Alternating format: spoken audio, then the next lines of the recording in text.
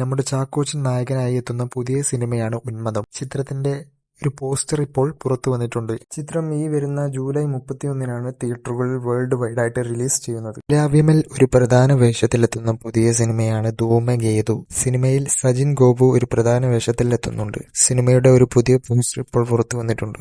Joju George നായകനായി എത്തുന്ന ഈ വരുന്ന ജൂലൈ 16-ന് റിലീസ് ചെയ്യുന്ന ഒരു പുതിയ സിനിമയാണ് വരവ്. വരവ് സിനിമയിൽ സ്റ്റണ്ട് മാസ്റ്റേഴ്സ് ആയിട്ട് 7 മാസ്റ്റേഴ്സ് ഉണ്ട്. ലാലേട്ടന്റെ അടുത്തതായിട്ട് വരാനിരിക്കുന്ന ഒരു പുതിയ സിനിമയാണ് തുടക്കം. തുടക്കം സിനിമയിൽ ലാലേട്ടന്റെ മകൾ ഒരു പ്രധാന വേഷം ചെയ്യുന്നുണ്ട്. ദുൽഖർ സൽമാന്റെ പുതിയൊരു തെലുങ്ക് സിനിമയാണ് ശ്രീ ശ്രീ.